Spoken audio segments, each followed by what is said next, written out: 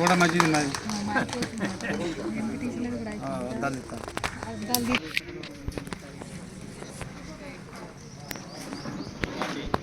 ఈనాటి కార్యక్రమాన్ని ఉద్దేశించి మొదట మాట్లాడవలసిందిగా గ్రామ ప్రథమ పౌరులు శ్రీ కుర్రాల రాజేంద్ర రెడ్డి గారిని ఆహ్వానిస్తున్నాం. ముందు భవిష్యత్తులో తీర్చిదిద్దినటువంటి ఉపాధ్యాయ బృందానికి ముఖ్యంగా పిల్లలందరూ కూడా శుభాశిష్యులు తెలియజేసుకుంటూ మరి ఈనాడు ఒక ప్రభుత్వం 50 లక్షల రూపాయలతోటి ఒక స్కూల్ డెవలప్ చేస్తుంది. ఇంతకుముందు ఇక్కడ నుండి మాట్లాడిన వాళ్ళందరూ కూడా చెట్టు కింద నుండి చదువుకున్నాం, కనీసం రూమ్స్ కూడా లేకుండా అని చెప్పేసి వాళ్ళు చెప్తూ ఉంటారు. కాబట్టి మీరు చేయాల్సింది తల్లిదండ్రులు నిజంగానే రూరల్ ప్రాంతం సారంగపూర్ మండలం ఉంటుంది, చాలా చరిత్ర గల మండలం ఇది, చరిత్ర ఉన్న స్కూల్ ఇది.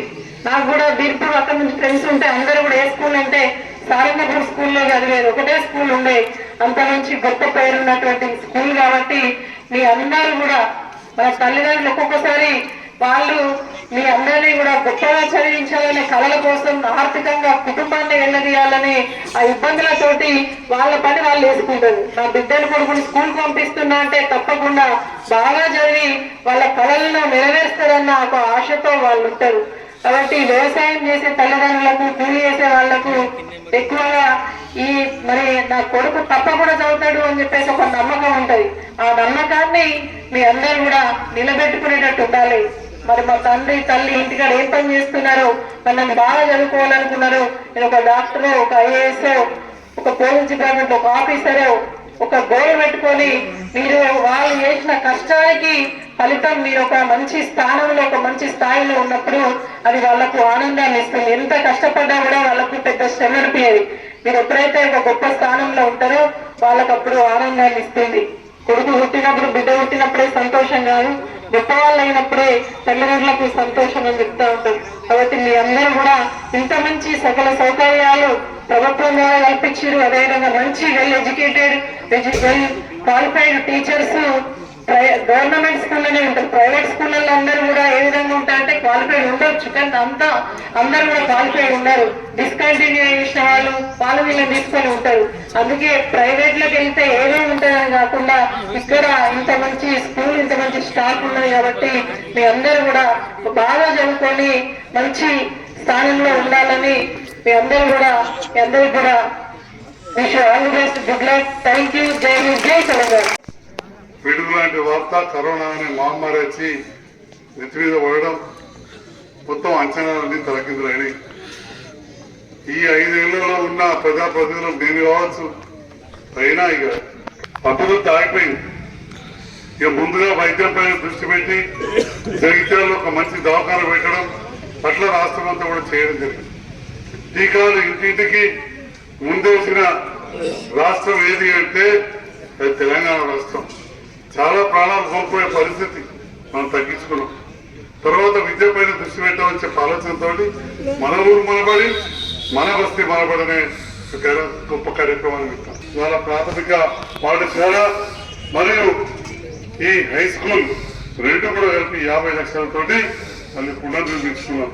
దాంట్లో ప్రధాన భాగస్వామ్యం మన గౌరవ సర్పంచ్ గారు ఎంతో శ్రమ కోర్చి ఆర్థికంగా ఇంకా బిల్లులు రాకున్నా కానీ వాటిని పూర్తి చేసినందుకు వారికి శుభాకాంక్షలు తెలియజేస్తుంది. ఇంతకుముందు రాగానే వస్తే అడిగినా లేదా కొద్ది ఐడియా ఉండే, రేపు ప్రతి స్కూల్ కానీ అడగా ఇది జెడ్పీహెచ్ఎస్ స్కూల్ అయినా అడిగినా, ఎందుకంటే కొద్దిగా ఐడియా ఉండే. అనగానే కాస్త గవర్నమెంట్ వేసుకున్నాం. ఇంతకుముందు మనం అందరం కూడా స్మరించుకున్నట్టు కీర్తిశేషులు మల్లారెడ్డి గారు నాకు 16 సంవత్సరాల వయసు ఉన్నప్పుడు 77-78లో పరిచయం, 15-16 సంవత్సరాలు. అప్పటికే వారు ఒక సర్పంచ్ గారి కాకుండా ఈ ప్రాంతంలో ఒక 30-40 గ్రామాలలో చాలా సుపరిచితులు. వారికి అప్పుడు పెద్దలు కీర్తిశేషులు జువాడి చొక్కరావు గారు జనతా పార్టీ స్టేట్ అధ్యక్షులు ఉంటే, ఇప్పుడు బుగ్గారం నియోజకవర్గానికి వారికి ఎమ్మెల్యే టికెట్ ఇచ్చారు. నాకు బాగా జ్ఞాపకం ఉంది. ఇప్పుడు రాజారంలో పెద్ద మనిషి ఉంటుంది, శరత్చంద్రరావు గారు, వారికి పెద్ద కారు, పెద్ద వ్యవహారం ఉంటుంది. వారి బాధ్యత తీసుకుని చొక్కరావు అమలవుతాడు. ఈ ప్రాంతంలో ఇంకా చాలా మంది కలిసి తిరుగుతప్పుడు ఎమ్మెల్యేగా పోటీ చేసిన వారు తిరుపతిరావు గారి మీద పెద్ద నాయకుడి మీద జాతీయ పార్టీ అప్పుడు నాకు బాగా గుర్తప్పుడు. ఇక తర్వాత మళ్ళీ సమితి ప్రెసిడెంట్ పోటీ చేసారు, ఎక్కలేకపోయారు. గ్రంథాలయ సంస్థ చైర్మన్ గా ఉన్నారు. వారికి కూడా నాకు కన్ను ఆపరేషన్ చేసే భాగ్యం కలిగింది. నాకు ఆ భాగ్యం కల్పించినందుకు వారికి నిజంగా కూడా వారి కుటుంబ సభ్యులకు ధన్యవాదాలు. ఈ రకంగా ఈ ప్రాంత అభివృద్ధి అప్పుడు రాజేశ్వర గౌడ్ గారు మంత్రిగా ఉన్నప్పుడు వీరికున్న సాన్నిధ్యంతో అప్పుడు శ్రీనివాసులు రెడ్డి గారు పంచాయతీ రాజ్ శాఖ మంత్రి, అప్పుడు ఇది మండలం ఏర్పడడం, మొత్తం బీర్పూర్ కొరవ అందరూ కూడా ఎవరు పడినా ఈడికి రావడం ఇవన్నీ జరిగింది. మరి ఆ తర్వాత అభివృద్ధి అనేది నిరంతర ప్రక్రియ.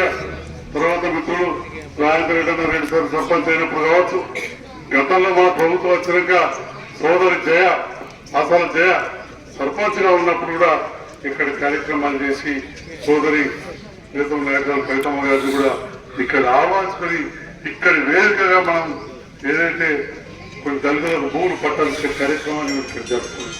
అంటే ఆ రకంగా ఈ ప్రాంతంతో దాదాపు నాకు చిన్నగా తెలిసినప్పటి నుంచే నాకు కొంత అనుబంధం ఉన్నదని చెప్పడానికి ఈ విషయాలు గుర్తించుకుంటూ వచ్చి తెలుసుకున్నాం. మరి ఇంతకుముందు శాంతినికేతన హాస్టల్ పెట్టి దళిత విద్యార్థులు వాళ్ళని ఇక్కడ చదివించాను. నాకు కొంత సమాచారం ఏంటంటే కొంతమంది మా బంధువులు కూడా ఇక్కడ వచ్చి చదువుకున్నారు.